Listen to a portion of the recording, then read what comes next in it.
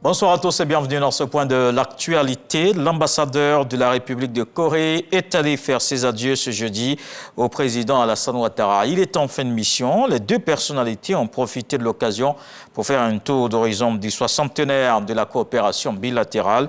Le chef de l'État se réjouit du dynamisme des relations d'amitié et de coopération entre les deux pays. Mahama Traoré. Il aura exactement passé 3 ans et 8 mois en Côte d'Ivoire. Presque 4 années de mission diplomatique pour renforcer la coopération entre Yamoussoukro et Séoul. Rappelé au pays pour d'autres missions, l'ambassadeur de la République de Corée, Lee Sang-ryul, part avec le sentiment du devoir accompli. Je ne peux pas oublier de la hospitalité et bienveillance des peuples ivoiriens. Et aussi, pendant mon mandat, j'ai pu réaliser quelques grands projets sous le soutien total de son Excellence M. Alassane Ouattara et du gouvernement ivoirien. J'étais grand plaisir d'inaugurer le centre du sportif et culturel TIC Alassane Ouattara avec son Excellence. Et aussi, nous avons participé aux constitution des infras de santé, surtout le centre de radiothérapie d'oncologie à Grand Bassam.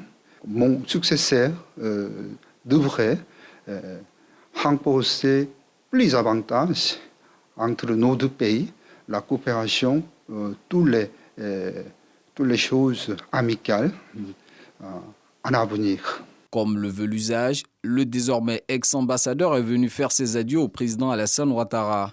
Échange notamment marqué par un tour d'horizon de la coopération ivoiro-coréenne. Elle se veut dynamique, à en croire le chef de l'État. Je note que le commerce entre nos deux pays a augmenté de manière importante. Tout le monde connaît le dynamisme de la Corée et j'aime à dire qu'au moment de l'indépendance, la Corée et le Ghana et la Côte d'Ivoire étaient au même niveau de développement. Aujourd'hui, la Corée fait partie des 10 premières économies du monde, ce qui nous donne beaucoup d'espoir. Peut-être dans quelques années, nous serons aussi dans cette voie.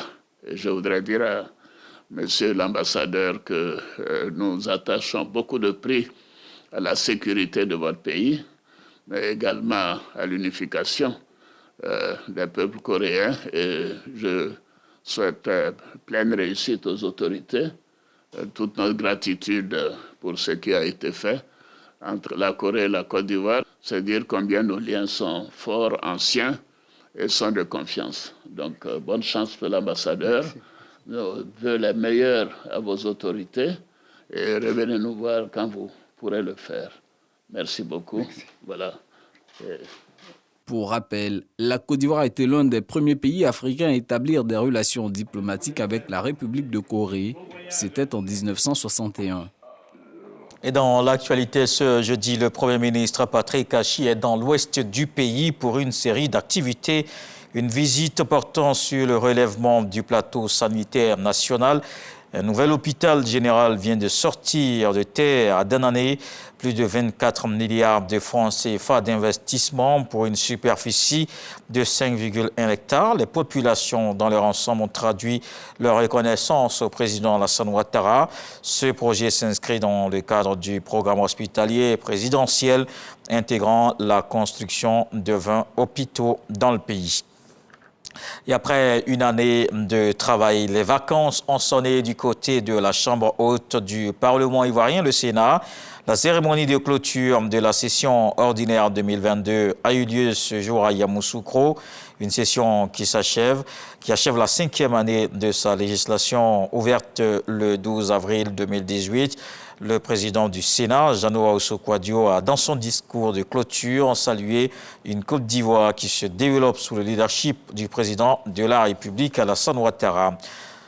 La prison à perpétuité a été réquisitionnée mercredi à Abidjan contre 4 accusés de l'attentat djihadiste de Grand Bassam.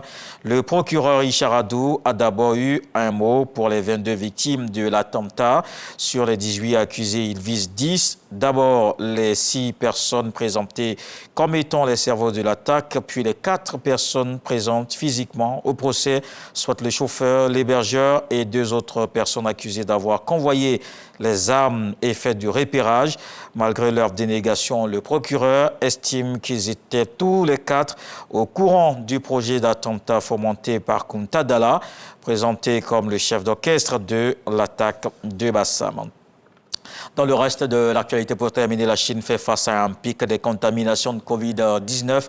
La fin du dépistage systématique rend impossible de savoir exactement le nombre de personnes infectées. Les témoignages se multiplient, faisant part d'hôpitaux sous tension et de crématoriums débordés. Mais la capitale, Pékin, et ses 22 millions d'habitants semblent particulièrement touchés par ce pic de contamination. Dès le 14 décembre, la vice-première ministre Sun Chunlang avouait que les infections y augmentaient rapidement. Au même moment, certaines entreprises faisaient état de 90% de leur personnel indisposé. On se retrouve à 20h pour la grande édition. À suivre tout de suite les infos régionales.